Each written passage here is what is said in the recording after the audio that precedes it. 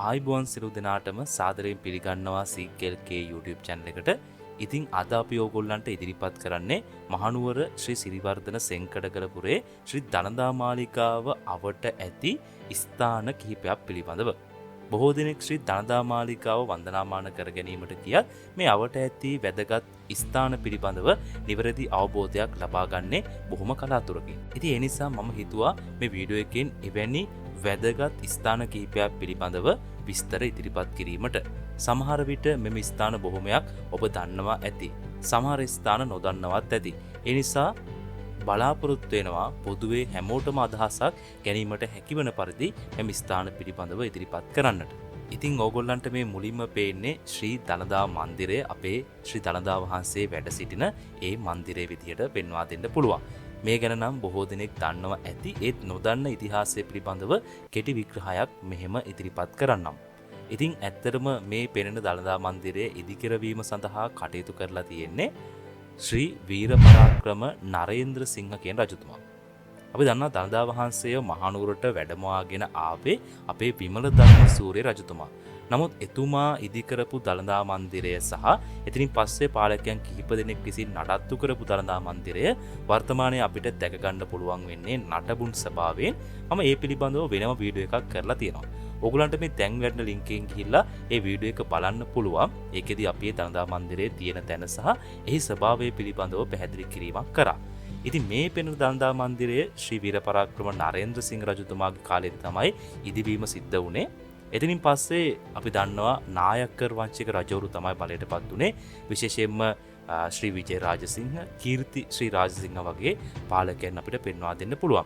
මෙතනදී වඩාත් වැදගත් වෙනවා කීර්ති ශ්‍රී රාජසිංහ රජතුමා. එතුමාගේ කාලෙදිත් දළදා මන්දිරයට ඉතාමත් හොඳ ආකර්ශනීය පෙනුමක් ලබා ගැනීම සඳහා කටයුතු සිද්ධ වෙලා තියෙනවා. ඒ වගේම ප්‍රශංසකරන කටයුතු වගේ දේවල් සිද්ධ වෙලා තියෙනවා. දළදා මන්දිරයේ වැදගත්ම අංගයන් දිත්වයක් එකතු කරපු රජ කෙනෙක් තමයි අපේ රාජාවලියේ අවසාන රජතුමා වෙච්චි ශ්‍රී වික්‍රම රාජසිංහ රජතුමා. මේ ශ්‍රී වික්‍රම රාජසිංහ රජතුමාගේ කාලෙදී අපිට මේ පෙනෙන අෂ්ටාශ්‍රාකාර ගොඩනැගිල්ල ඉදිකරවීම සිද්ධ වුණා. ඇත්තටම මේ ගොඩනැගිල්ල අපි පත්තිරිප්පුව ලෙස තමයි හඳුනාගන්නේ.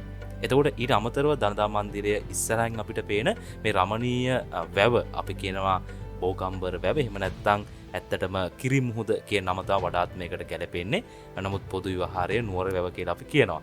ඉතින් මේ වැව ඉදිකරවීම සඳහා අනුග්‍රහය ලබා දුන්නේ ශ්‍රී වික්‍රම රාජසිංහ රජතුමා විදිහට අපිට හඳුනා ගන්න පුළුවන්. ඉතින් මේ දළදා මන්දිරය ගැන හැමෝම දන්න නිසා මීට වඩා යමක් මම මේ සම්බන්ධව ඉදිරිපත් කරන්න යන්නේ නැහැ. ඉන්පසුවත් විවිධ අවස්ථාවල විවිධ අංග මේකට එකතු වෙලා අද වර්තමානයේ අපිට දැක ගන්න පුළුවන් දළදා මාලිගාව තමයි මේ අපිට බලා ගන්න පුළුවන් වෙන්නේ. ඉතින් මේ ඔබ දකින්නේ ශ්‍රී දළදා මාලිගාවට ඊසාන දෙසින් තිබෙන කුඩා ස්තූපය. මේ පිහිටලා තියෙන්නේ වැල්බෝධිය සහ ශ්‍රී නාථ දේවාලය කියන ඒ පූජනීය ස්ථාන දෙක අතර. මෙයත් හොඳින්ම නෙත ගැටෙන ස්ථානයක් විදිහට අපිට දැක ගන්න පුළුවන් මේ දළදා භූමිය තුල. ඉතින් මේ ඔයගොල්ලෝ දකින්නේ මහනුවර දළදා භූමිය තුල තියෙන තවත් ඉතාමත් සුවිශේෂී ස්ථානයක්. මෙය තමයි වැල්බෝධිය නමින් හඳුන්වන ඒ උතුම් බෝධීන් වහන්සේ. මේකටත් ලොකු ඉතිහාසයක් තියෙනවා. කොහොමෙතත් මේ බෝධීන් වහන්සේ අනුරාධපුරයේ වැඩ සිටින ශ්‍රී මහා බෝධීන් වහන්සේගේ ශාඛාවක් විදිහට සැලකනවා. බොහෝ දෙනෙක් තමන්ගේ අපල දුරු කර ගැනීමේ බලාපොරොත්තුව ඇතිව මේ වැල් බෝධියට ඒ පූජෝපහාර වගේ දේවල්, බාර වගේ දේවල් සිදු කරලා ඒ ඔප්පු කරන ආකාරය අපිට බලා ගන්න පුළුවන් වෙනවා.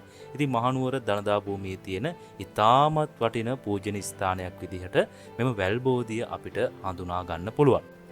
ඉතින් මේ ඔබ දකින්නේ නෙත් බෝධිය නමින් හඳුන්වන තවත් ඉතාමත් සුවිශේෂී ස්ථානයක් මේ දළදා භූමිය තුල තියෙන. ඉතින් මේ බෝධීන් වහන්සේ නෙත් බෝධිය නමින් හැඳින්වීමට ප්‍රධාන වශයෙන්ම බලපාලා තියෙන්නේ මාලිගාවේ සිට හොඳින් පෙනෙනවා යන අදහස ඇති නිසා වෙන්නේ. වැල් බෝධියට වඩා තරමක් විශාල වන මේ බෝධීන් වහන්සේ ටිකක් වැඩි පරාසයක් තුල විහිදිලා තියෙනවා. ඒ නිසා ඈතට හොඳින් දැක ගන්න පුළුවන් හැකියාව තිබුණා යයි සඳහන් වෙනවා. අදටත් අපිට එය දකින්න පුළුවන්. ඉතින් බොහෝ දෙනෙක් තමන්ගේ පාර වගේ දේවල් ඔප්පු කිරීම සඳහා මෙතනට පැමිණීම සිද්ධ වෙනවා. එසේම විවිධ ප්‍රාර්ථනාවන් සිද්ධ කිරීමත් අපට බලා ගන්නට හැකියාව ලැබෙනවා. ඉතින් ඒ නිසා ඊටමත් වැදගත් ස්ථානයක් විදිහට මෙම නෙත් බෝධියත් ඔබට පෙන්වා දිය හැකියි. ඉතින් මේ ඔබ දකින්නේ මහනුවර දළදා භූමිය තුල තියෙන තවත් වැදගත් පූජනීය ස්ථානයක්. මේ තමයි සතර දේවාල වලින් එකක් වන ශ්‍රී නාථ දේවාලය. මෙහි ඉතිහාසය මහනුවර රාජධානියේ ඉතිහාසයටත් වඩා පස්සට යනවා කියලා කිව්වොත් වඩාත් නිවැරදි. මොකද මේ නාථ දේවාලය ඉදි කරවලා තියෙන්නේ 14 වන සියවසේදී. ඒ කියන්නේ 1300 1400 කියන අතර සියවස තුල. එහෙම බැලුවොත් අපිට මේකේ ඉතිහාසය ගම්පොළ රාජධානි සමය දක්වාම අරගෙන යන්න සිද්ධ වෙනවා. ඒ කියන්නේ මාලිගාව හෝ මේ රාජධානිය ආරම්භ වෙන්නත් කලින් නාථ දේවාලයේ ඉදි වුණායයි අපිට සිතන්න පුළුවන්. ඉන්පසුවත් වරින් වර අපේ මහනුවර රාජධානියට අයත් රජවරු මෙය ප්‍රශංසකරණය කිරීමට කටයුතු කරලා තියෙනවා. ඉතින් මහනුවරට පැමිණෙන බැතිමතුන්ගෙන් වඩාත් හොඳ ප්‍රසාදයක් ලබා ගන්න, ඒ වගේම ලොකු පිරිසක් එන යන ස්ථානයක් විදිහට මෙම නාථ දේවාලය පෙන්වා දීමට හැකියි. ඉතින් මේ තියෙන්නේ ගොඩක් දෙනෙක් දකින්න, ගොඩක් දෙනෙක් දන්න ස්ථානයක්. මේ තමයි මහනුවර මගුල් මඩුව. ඉතින් දළදා මන්දිරයටම ආසන්නේ මන්දිරයට වයඹ දෙසින් තමයි මේ ස්ථානය පිහිටලා තියෙන්නේ. ඉතින් අපේ රාජධානිය පවතින සමයේදී රාජ සභාව පැවැත්වුව ස්ථානය තමයි අපිට මගුල් මඩුව ලෙස හඳුනා ගන්න පුළුවන් වෙන්නේ. ඒ වගේම වැදගත් උත්සව වගේ දේවල් පැවැත්වීම සඳහා යොදාගත් ගොඩනැගිල්ල විදිහටත් මෙම ස්ථානය පෙන්වා දෙන්න පුළුවන්. ඒ වගේම අපේ ඉතිහාසයේ ඉතාමත් සුවිශේෂී ලියවිල්ලක්, එහෙම නැත්නම් ගිවිසුමක් මෙතනදී අත්සන් තැබීමත් සිද්ධ වුණා.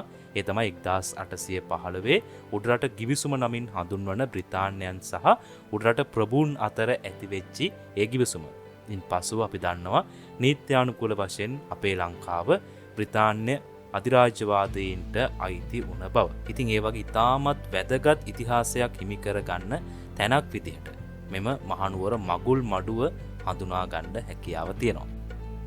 දළදා මාලිගය වන්දනා කිරීමට එන අය අතර ඉතාමත් ජනප්‍රිය ස්ථානයක් විදිහට මේ ස්ථානයත් පෙන්වා දෙන්න පුළුවන්. ඉතින් වසර 37ක් පුරාවට ශ්‍රී දළදා මාලිගාවේ ඇසළ මහා පෙරහැරේ දළදා වහන්සේ වැඩම කරවීම සඳහා දායකත්වය ලබා දුන් රාජා හස්තියාගේ පුළුන් පුරවන ලද නිර්මාණයක් මෙහි දැක ගැනීමට හැකියාව තියෙනවා.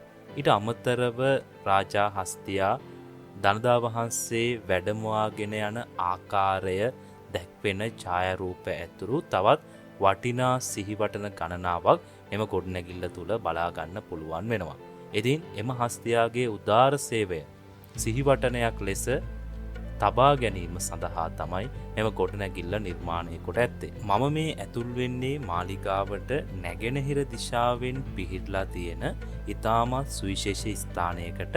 ඉතින් මේ තමයි උල්පැන්ගේ නමින් හඳුන්වන ඒ ඓතිහාසික ගොඩනැගිල්ල. ශ්‍රී වික්‍රම රාජසිංහ රජතුමාගේ පාලන කාලයේදී එතුමාගේ අන්තපුරේ සිටින බිසෝවරුන්ට ස්නානය කිරීම සඳහා මෙම ස්ථානය නිර්මාණය කොට තිබෙනවා. ඉතින් වැවටම සම්බන්ධ ස්ථානයක් විදිහට ඒ හරහා මේකට අවශ්‍ය ජලය ලබාගෙන තිබෙනවා. ඉතින් අන්තපුර කාන්තාවන්ට ඉතාමත් ආරක්ෂිතව මේ ස්ථානයේ ස්නානය කිරීමට එම හැකියාව ලැබෙනවා. මොකද පිටතට නොපෙනෙන ආකාරයට මෙය සම්පූර්ණයෙන්ම ආවරණය කරලා තිබෙන හින්දා. ඉතින් ඒ නිසා ඉතාමත් වැදගත් ඓතිහාසික ගොඩනැගිල්ලක් විදිහට මෙම උල්පැන් ගෙයත් හඳුනා ගන්න පුළුවන්. ඉතින් මේ අපි කතා කරපු ස්ථානවලට අමතරව තවත් බොහෝ ස්ථාන අපිට බලන්න ලැබෙනවා මේ මාලිගා භූමිය තුල. ඉදිරි වීඩියෝ එකකින් එම සෙසු ස්ථාන පිළිබඳවත් අනිවාර්යයෙන්ම අරගෙන එන්නම්. ඉතින් මේ වීඩියෝ එක බැලුවාට බොහොම ස්තුතියි. දිගටම රැඳිලා ඉන්න CKLK YouTube channel එකත් එක්ක.